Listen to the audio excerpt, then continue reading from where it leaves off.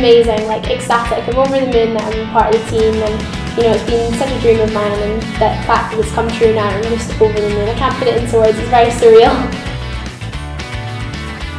I've had a really good season, you know, I've done a lot of senior experience and been working really hard, so I knew it was well within my grasp, but diving is one of those sports that it totally depends how you dive on the day, so I knew it was all to play for, and getting announced was just such a relief.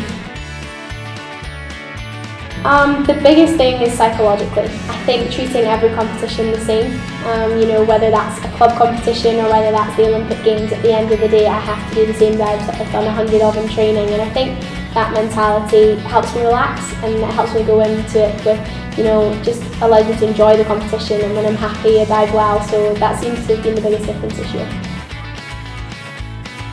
So I dive in the women's 3 metre springboard, and we have to do 5 dives and cover 5 groups, so that basically means we have to do 5 different rotations, so we've got to go certain ways, and we can do any number of somersaults, from a pencil dive to, you know, 3.5 somersaults, which is, you know, one of the hardest things that women's divers will do. So it's quite an array of things we have to do, but those 5 dives give us a big score at the end.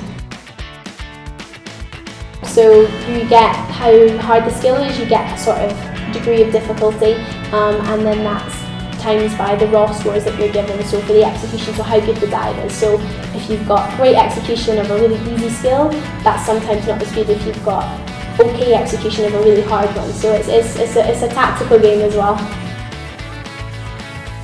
So we have a sort of a dry gym, which is like, we've got a sprung floor like gymnastics, and lots of like the dry boards with crash mats and trampolines, and we do a lot of gymnastic work because obviously we've got to be very flexible and dynamic in the water and in the air when we've got 2.5 seconds to do a dive. So we've got to do a lot of conditioning to be strong and manage these really difficult dives in such a short space of time as well. I think the biggest thing is like the backroom support, the people you don't see, like my mum that helps me when I come home and I've got loads of washing from a trip that needs turned around, or like my flatmates that put the oven on because they know I get back late on a Wednesday. There's little things like that that no one has any idea about, but I wouldn't be qualifying for these games without them. So I'm eternally grateful that they put up with me when I'm stroppy and tired and we're up at 5 AM together. So it's a massive team, but I think everyone plays their role, and it's so great to feel that everything's just come together and everyone's support's allowed me to get this dream of mine. I'm really excited, you know, I think the work and the experience I've had this year, you know, I'm diving against the same people I've actually dived against all season, so yes, it's the Olympic Games, but it's not as if these are people I've never gone up against and people I've only seen on TV. So it's nice to know that, okay, I've actually beaten you a couple of times and I've been against you loads before, so I'm taking a bit of comfort from that. But again, I want to go out there and dive the best I can, whether that is the Olympics or just, you know, an event that's minimal. So I personally am going away to Italy for a week just for training to get used to the outdoor conditions. It's quite difficult for us if we're suddenly used to seeing a ceiling and then there's blue sky, which is the colour of the water, so we need to kind of adapt and get used to that. So I'm going to Italy for a week, then Florida for 2 weeks, and then we head to Brazil into the Olympic Village. So it's a jam-packed schedule for the next couple of weeks.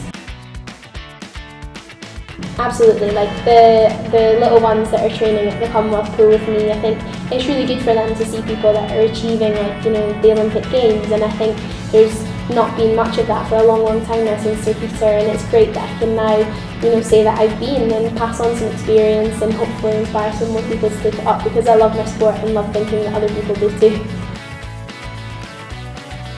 Just try it. You've got absolutely nothing to lose. You know, we've got a great setup in Edinburgh, and we've got a fantastic club, and you know, come along for fun. It doesn't need to be serious, you don't need to be the best in the world, but it's a great way to stay fit and have fun, and I've made friends all over the world from doing what I love, so just try it, you might as well.